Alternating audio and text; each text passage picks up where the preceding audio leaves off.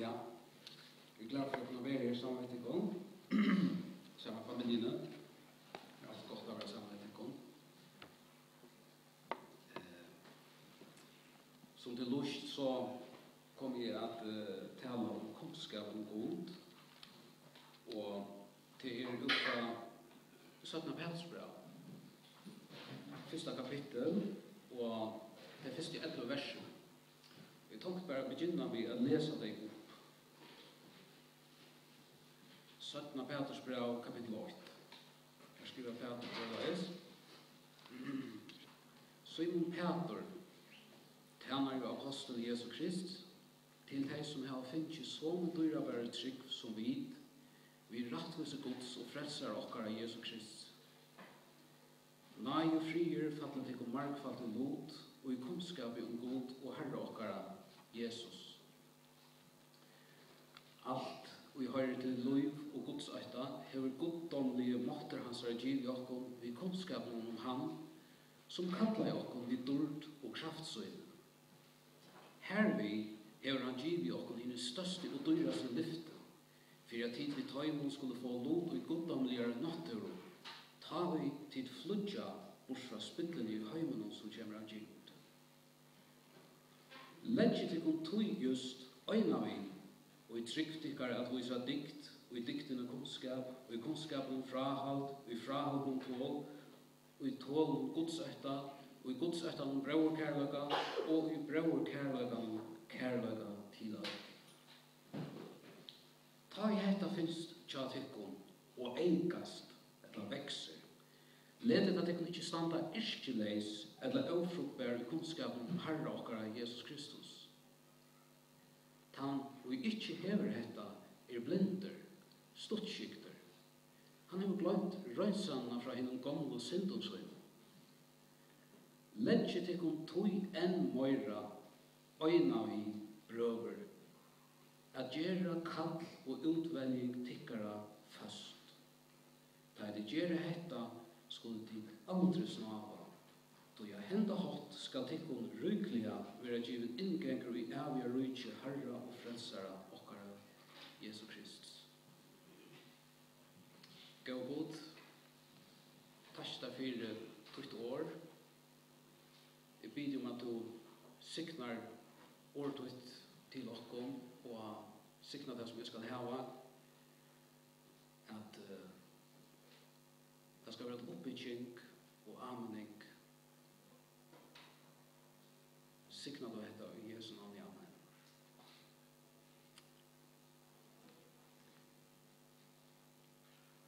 Da man leser hetta brev i jöknen som Peter vil skriva, så et av det første som jeg legger mest til, det at brevet viser å bliva, hva skal man si, negativ, ikke negativ, men kanskje deprare langt inn i brevet det kommer. Da begynner her vi noen fantastiske sannløygon, og så kommer man til kapittel 2, så begynner han å snakke om lie profeter, lie lærer, og så kommer man til kapittel 3, her han fortsetter, og her han anmenner med hetta, og så får han snakke om Guds død, og heimses enda, at jorden skal være under, god som dømmer, så det kan virke øye dævert, til du leser jøkken brevet. Brevet er skriva til tryggvante som bona, altså det byggven tryggvante folk. Legg mest til det neste verset som ikke leser opp, vers 12. Her sier han at det grundfest og i samleggene. Og selv om det grundfest, det byggven tryggvante, så sier Peter allikevel at han var framhaldande amen at det endertaka samleggene, avværingene og vandene. Og dette kanskje passer ikke så vel inn i togene i det. Vi er selv å hukse nå han negativer, og vi kanskje bensjen og frøsten for oss som ber år fram for god vi lærer. Vi tar ikke på negativ, at teka vandene fra, vi skulle være positiv. Men han sa grønne fette Peter i sjøy. Og dette må vi øyne anse etter som godsbarn. Vi må ikke være bensjen for å teka vandene fram og avminningene att ta det fram. Akkurat det samma mån som Bibeln gör det. Hvor det viktigt? Jeremia 16, nu sier såleis, svika fotlar enn hjärsta, svika fotlar hjärsta enn allt anna, og ønter det, hvor kjenner det. Og jeg tror at det hetta som stender framanlega i tanken om Peter, da han anvender disse tryggvann som grunnfest i samlagan. Han kjenner vandamer, og han kjenner også hjørsten til oss. Og i 4 brevene som han skriver, så skriver Peter om elsakner. Han skriver om lojing, og det kjente verset at djevelen går rundt som en brølande leiva. At teka øyne og kvann offrene, ja. Så det var som at det 4 brev i mor elsakner som kommer utanfra. Og jeg ser her 17 brevene, så avrar Peter om vandar som inne i uisamkomne, lielæra. Og det som så farligt ved lielæra, at det kommer snøykjant inn. Og det kommer snøykjant inn ved øyante vidlærene, som han kallar det. Nå, dette var kårene som det første tryggvante levde jo i. Og kårene brøyt? Hvordan det det? Sånn kår. Og så har vi bruk for samme Guds året enn det. For noen år siden, jeg holdt det 25 år siden, så hørte jeg en talere som sier såleis at vi talte da at det er så uhånelig til at Gudsbad for ut i heimen. Og så leier han etter oss at det er noe som nekvar uhånelig og realt. Det er til heimeren kommer inn i samkommet. Og jeg minnes hvordan jeg slå med det han sier det at heimeren kommer inn i samkommet. Hva må man vite? Hvordan ta? Jo, hjørsten tjokken blir kald. Vi blir mer og mer verslig. Vi hugsa mer og mer som heimeren hugsar. Mest om det gjøreska, det som tøyere rundt det, og ikke om det tøyere leisa, det himmelska.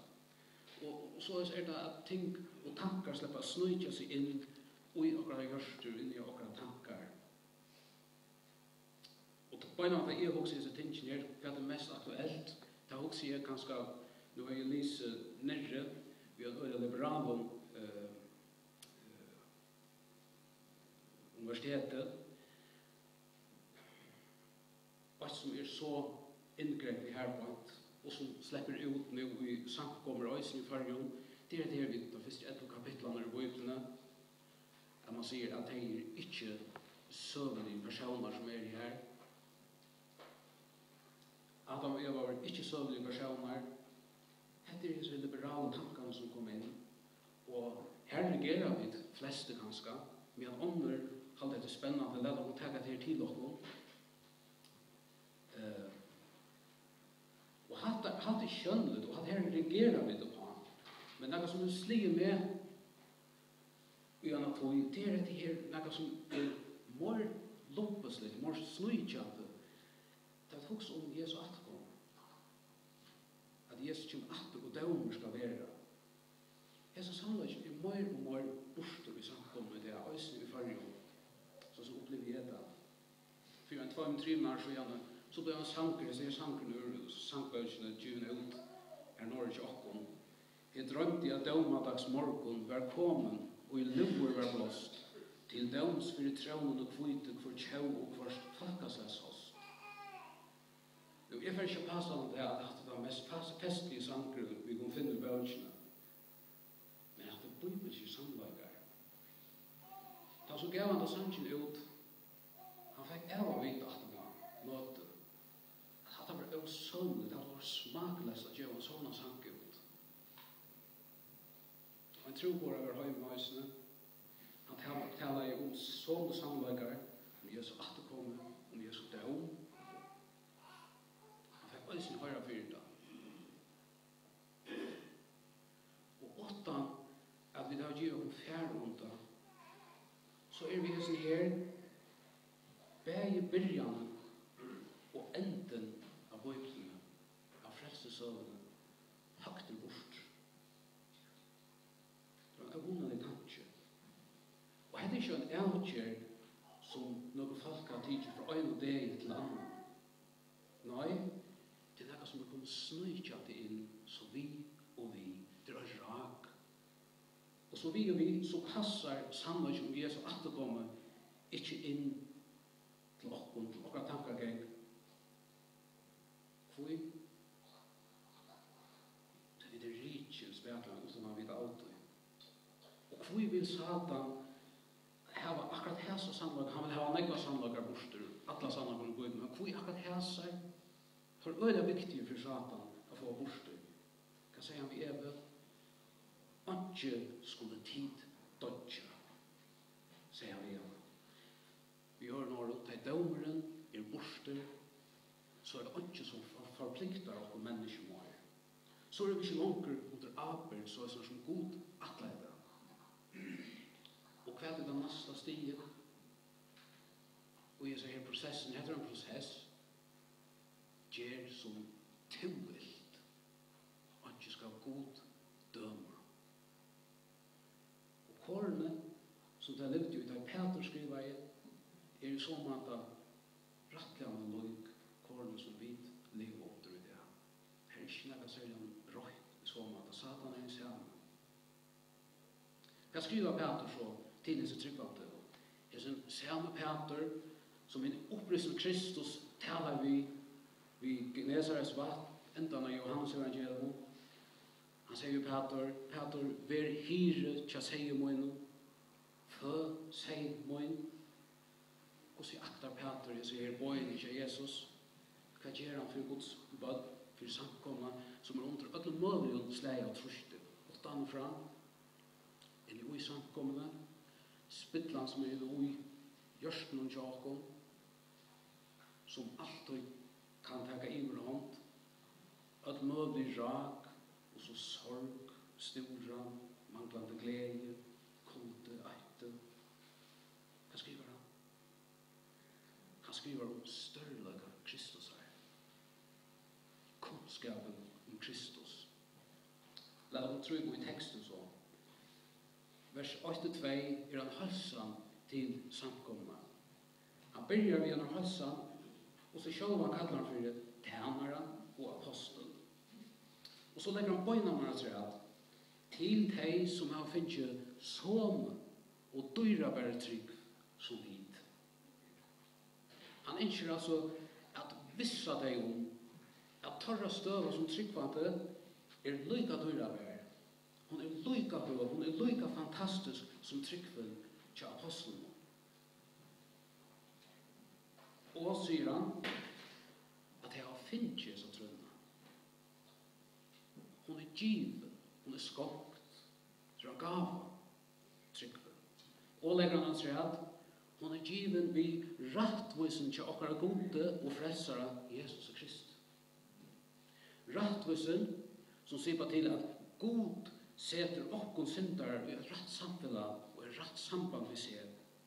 Og at heretter så tilråknar God okkon Kristus er rattvis.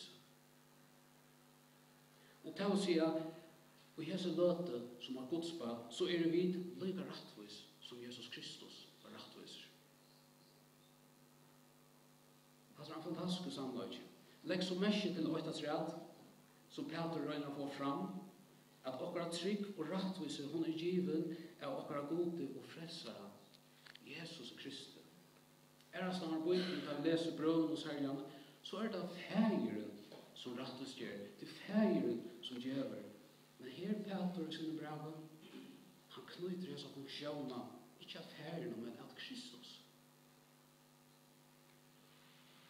Vi ører setter Peter Jesus like høyt som han setter god fægeren i himmelen. Og til noe som grundtaunen under ødlom breven her, og så høver Kristus er. Jesus Kristus er god. Og i Guds rike er det ikke mannamåler. Han som er innanfyrir, han er fullkomlig innanfyrir. Og det merker at det er ikke måner av Guds bøtten. Det er ikke måner av Tær og Peter og Guds egen. Det er ikke måner av Tær og Paulus eller her og Isaias, Jeremias, Abraham, ikke måned.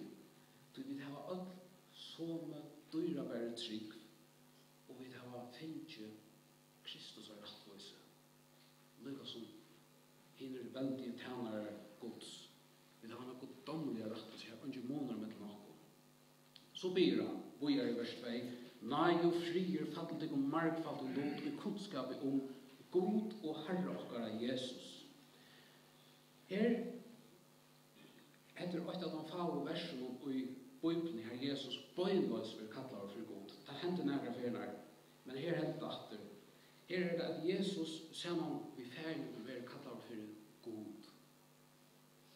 Og det hendte sannløyden som Peter vil ha, at vi skulle ha fætter og atter og atter. Og han sypa til det, han rør fram møtet i Jesus sannløyden. Og til rettvisen til honom som han har tilskrivet okkom. Han har gått dommelige rettvise. Og så kommer det til innskjø i vers 2. Han innskjø at nei og frier skal fatte av markfall i lot edla. Sagt Ørvise at han innskjø at nei og frier skal være åst ut iver disse godsbøttene. At han innskjø at hun skal være åstla og patei. Og hvordan skal denne Østland føre fram av nei og fri i deg? Hvordan skulle det få fætre ut i? Be om det, og så sette seg og boja. Nei, legg mest lett i året. Det tenkte at kunnskapen, vi kunne omsette så at tid skulle få nei og fri, så kvart som tid veksa og i kunnskapen om God og Herre okkar Jesus. Så skulle vi oppleva at God årslar sina nei og sin fri og pakom, så må vi veksa i kunnskapen om okkar herda frelsara. Så det spørsmålet om å være innenfor eller utenfor ikke måneder. Men for oss som innenfor, jo, det kan være måneder. Og i hvordan større måned vi opplever disse neiene og denne frien. Det er de som søker denne kunnskapen, søker noe i dette, det er for å oppleve en helt ærekraft enn hvis vi ikke gjør det. Og det er en veldig måneder av liv og sorgliv. Så langt her i halsene i brevene, så er Peter avtøkket for oss, hvordan vi kunne få fotafeste og være trygg under alle omstående, om det så er utsagt utenfra, eller inni ui, eller til inni ui oss selv, at vi berges og strøyes i hos ting. Han utpensler de mest fantastiske sannleggene om Jesus Kristus for oss. Han er kjelden, Kristus er størst, og så legger Peter at træd, vi må veksa i kunnskap om størrelaga Kristus er. Så eneste maten er Guds nei og fri kunne være kraftfull til stedet akkurat løyve til å kjenne god og jeg sier sannleggene om han som han røyner utpensla for oss. Og tog året kunnskaper og likla år i 17. Peters brev. Og det er ikke av tilvind at Peter han byrja brevet vi har brukt det her året, han viser til kunnskapen om God og Kristus. Han enda brev i Øsne i kapittel 3, vers 18, her han ber om at jeg skulle veksa i nage og kunnskapen om Kristus. Og hatt det tar mat i at det er dent av hva det er viktig, kunnskapen.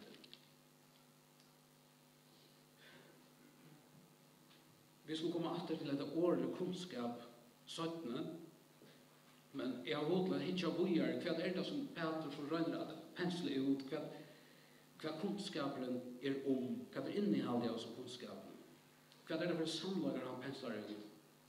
Høves enda mannen i brevnen til at få henne til kunnskapen god, at han blir virksamer, og at han blir fruktabær i akkurat løyve. Det sier han i vers 8. Og vi så ikke her hvordan han edger samkomma til dette. Og han gjør faktisk trutjar anmenningar, som vi skulle nå få hitje etter. Den første anmenningen er vers 3-4, anmenningen om at minnast. Og under anmenningen, det er vers 5-6, om at øtja. växa. Och den tredje användningen om att rannsaka oss till vers 8-11. Att rannsaka oss. Som det första att minnast. Och han har långt sipa till det i hälsan. Han händer av vågare.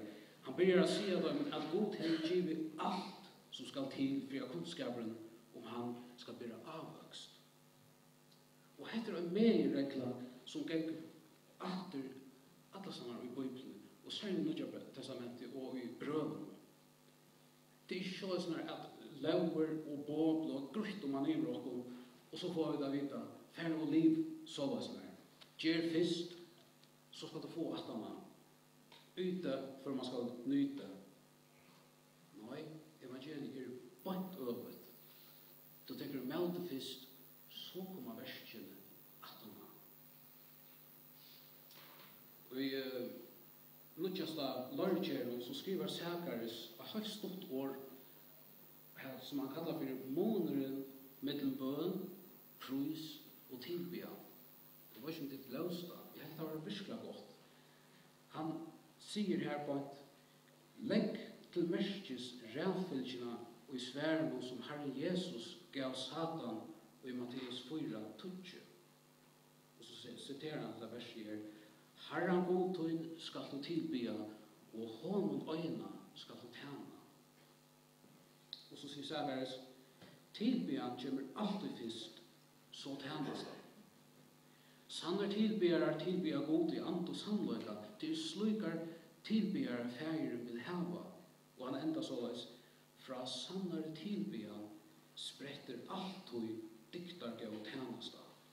Ikke övrigt. Och så huxa om annars Kristus, huxa fjällabrädikan, vi ödlom boven som vi får avlagt. Och så börjar hon? Hon börjar vid sälen. Det som vi då finner. Ta grövena, det första, det penslar ut till för vi är i Kristus och för att vi då finner Kristus, så kommer användningar om att leva. Och Peter ger akkurat det samma här. Allt det som ska till för att vi kunna leva det nya livet, det är goddomlige måter hans giv i okkom. Sier han i vers 3 her. Goddomlige måter hans giv i okkom etta. Og jeg så goddomlige måter, han sier bare øysene til Kristus. Det er han som hever giv i okkom alt som skal til. Og det er han som kallar i okkom. Han har giv i alt, han har kallar okkom som god. Og hvordan sier han gjørst det? Vi dård og kraft søyne. Enden av vers 3. Vi dård og kraft søyne. Og han har et veldig interessant uttrykk. Da vi kommer langt ut i disse kapitlen og i vers 16 til 18, så nevner Peter altså hendingene som vi leser i evangeliet. Da han, Jakob og Johannes så Jesus ombrødes av fjallene. Og han fikk dård og høyer fra fjæren. Han sier bare dette. Dård. Og i Bibelen sier bare alltid til Guds nærvær. Han sier hatig. Dård Guds, som vi leser i Esaias, han sa dård Guds i tempelen, og da nødde han gjøre knæ og i øyta og tilby han. Og som god så har Kristus samme dård og samme kraft som god i gamle testamentet. Og det er vi her som goddomlig egenløkken at han har givet oss alt. Alt som skal til. Han har givet oss en dyrebare trygg, en goddomlig rettvise. Han giver oss nage og fri og i iveflau. Og han kallar oss til frelse og han kallar oss til høyla løyka. Og så sier han i vers 4, det stekker ikke her, så sier han, her vi, altså vi dårtene og kraftene, hever han givet oss hennes største og dyraste lyfte. Dette kan også omsettes såleis, at vi som noen goddomlig egenløykom hever Kristus gjørst såleis, at vi kunne få fæter og i Guds største og dyraste lyfte. Han er noe som aktiverer lyftene som er i gamla testamentet, som er givet til oss. Lyften i gamla testamentet om at God skulle sikna folk i jøkken Kristus.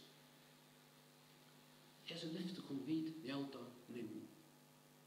Vi kan ha innerlig samtala vi evige, heilige god. Eller som Peter sier enda nese versen at vi kan ha lot og goddomligere natur.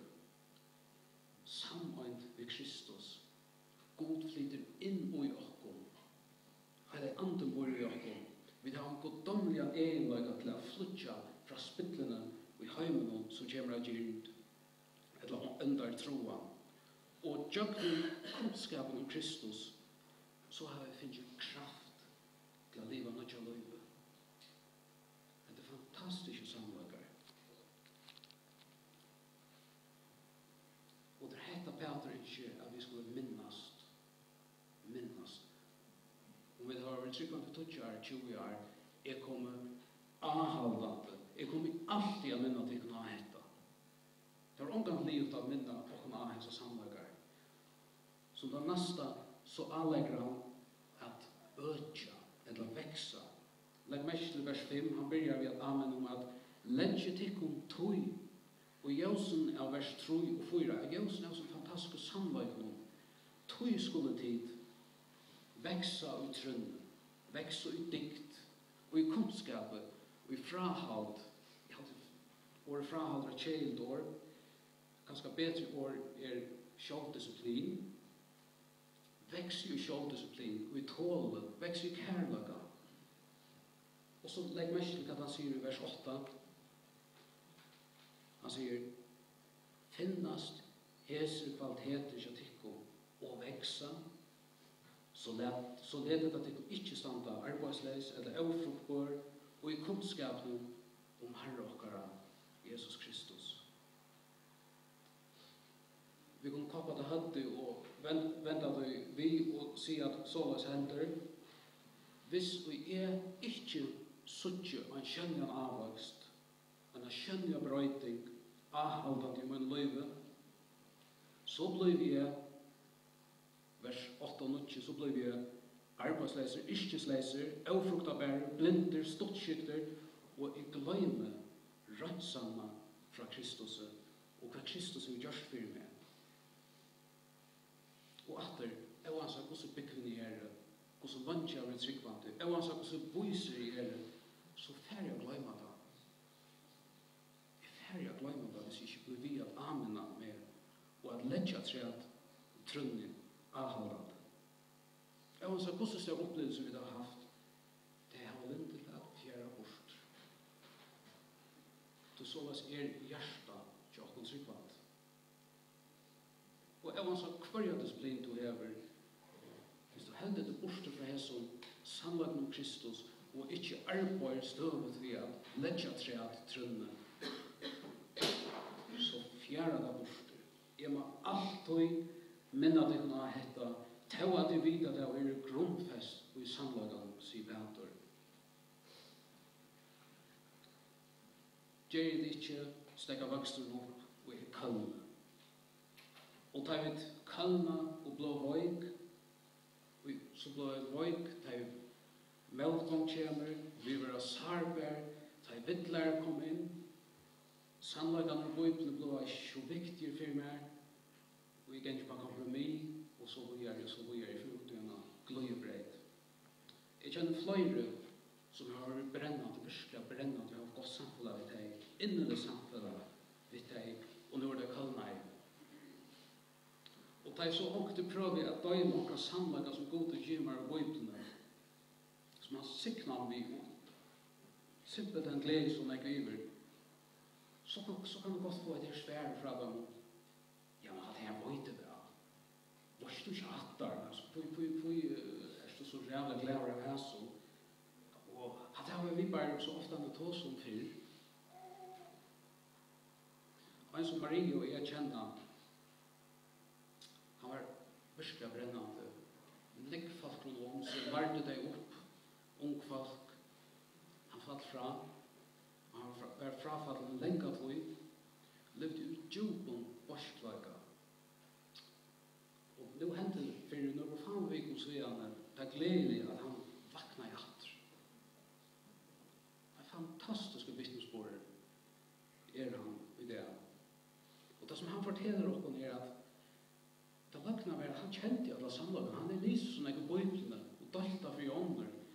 Men i hese fallen og han var kallnaver, så får han bruka alla vitarna kjensar i møter kristendom. Og i møter dem tryggvande. Og han prøver at møtpreka bøyplene enda.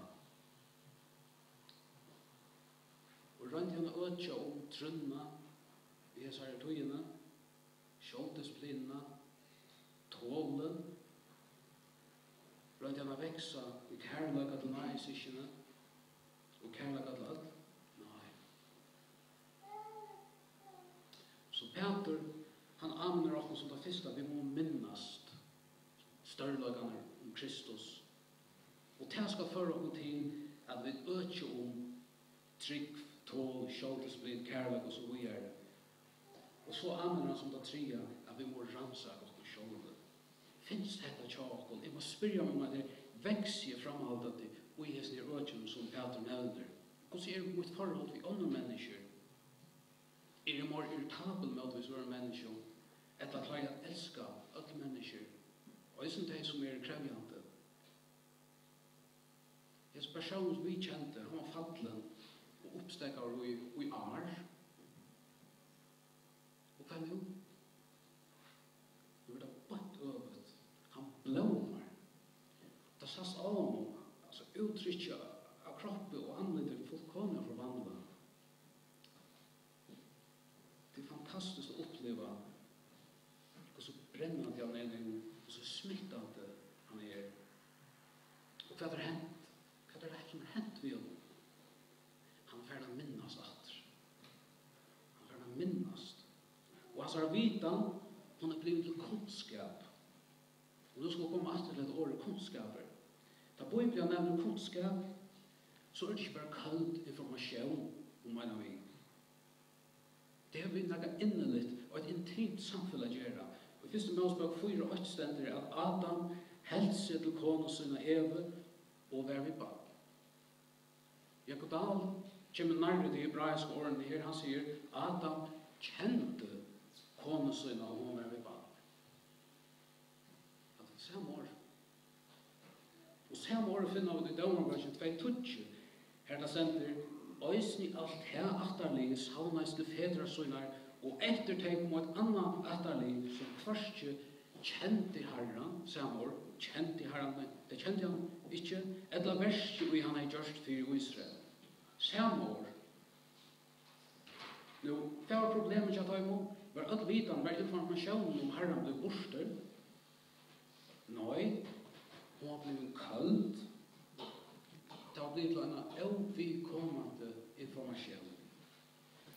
Og hvordan blir tåsningaleie, luftstøveren, hjertaleie, teaterhenter, virringen for skriftene, gleden og gode, for at det rannsaka om vi veksa. Hvis det hittar etter oss sjálve og hittar etter øro som jo i hessen her, så sutja vi kumpa og stekker kommer vi. Og vi drir öll og i vanta for å komme i hetta. Og vi gjør det i perioden, öll av oss. Og tog anvender Peter atter og atter hetta. Hadde vi et avgå verskom utan kunnskap, den her innelige kunnskapen, det klarer vi til øysene, de som nodisciplinere i. Men det som henter, så blir det ofte gjørst i irritasjon og slett ikke i glede. Og hjertet tilstander møter sannløkene i bøyblene, og sver han. Hatt han vøyte vel, vårt du ikke hatt han. Hatt han vi tås om så ofte før. Men da jeg sverre så løsne her, så det faktisk en ligg. Jeg har glemt det. Tog fascinasjonen av Kristus manglar. Og henne manglande fascinasjonen av Kristus, hun avdugar at jeg har glemt rødsane, jeg har glemt sannløgene om Kristus. Inneligheten borte. Og manglande voksteren, han avdugar av øysen. Man vita, og man veksa, og man hitas oppatt. Det tar vi det bruk for, atter og atter. Paulus, han brukar fantastiskt uttryck i sökna Thessaloniker 1:20 och nu ska det vara livkött. Han säger, ta i han Kristus kommer hinde att visa sig dyrmätan i ödlinen höjlig och söjmo och vara omtronar ha virtur och i ödlun som tro hava. I älskar där året omtronar ha virtur. Och det är det som Peter gör. Han lyser Kristus såna grejliga fyra och tryggven som han giver oss, rättvisna som han gav oss, nagen, frieren, lyftene, ta godomliga måtturen han giver oss. Han röjder att hita oss upp och hita kunskapen uppfatter och att kvöjtja i ett innerligt samfälle av Kristus atter. Det är det han är efter här. Och att det här ska utlösa en tidbian i akra hjärsta så att han atter blir omtronar havirter och i akra tanken och i akra hjärsta. Det är här vi må komma till och det är här vi må stävna vi må tro efter alltså. Vi må disciplinera oss till att intakas av sannlagarna i bön och i bibellästre som är disciplinera med dagliga till detta. Är man disciplinera med till ökjum trunna, ökjum tål, kärlaga, sjåldisciplina och så vidare. Och rannsakande, har vi ett innerliga samfällige, har vi tillbya varandra. Och finns ju växter och versk vi till det enaste maten är som må gänga hand i hand och för att utlösta och i mer att här. Detta visste jag alla tøyene. Jeg får etter å hodla livet etter hans vilja, ikke min vilja. Og tilbyan for å tro over og spretta. Jeg vet ikke hvordan jeg vil tenke om. Jeg lønges etter hans. Jeg lønges etter hans. Og det er så ofte at man fer i alle delene og har vi ikke for Kristus i borte til en varmklokka for kom vel og søke etter Kristus og så a bytja og patrona og eika og veksomana og ta hadde vi kunne gjøre det her det fantastiske glede for denne her sannsyn til Isaac Watts tog inn færre nå ta kunne gjøre denne sannsyn til okkara sang og blødde han mot frelsare og døye konger moin og verda fyre med en orm han gav opp andasøy hjelp mer å være trygg for her og kjennes her vid her og her uttøynen hasade og herre minst du med. Ja, mine misbrott var til av krossen neldi han og nage under miskonstår som ikke fætast kan. Vel måtte notten fjalla alt og solen kreppa seg ta sjølver god min skapare han døye fyre med. Vel ma anlet fjalla mot ta etu kross kan sjå vel røras ma min salita og eia veta til ta. Men mine tar til jalta oi hva to mer hervan er offrat her med sjåan vi og ter alt jeg kan. Gå Jesus testa fyrir hvor du erst testa fyrir alt det som du gjørst for oss hjelp til oss at suttje etter åpenbæra til størlaga til fyrir oss og sikne seg samleggene og lette oss sakke noe i oss få oss til at søkja til og tro etter det her mer og mer så at vi kunne veksa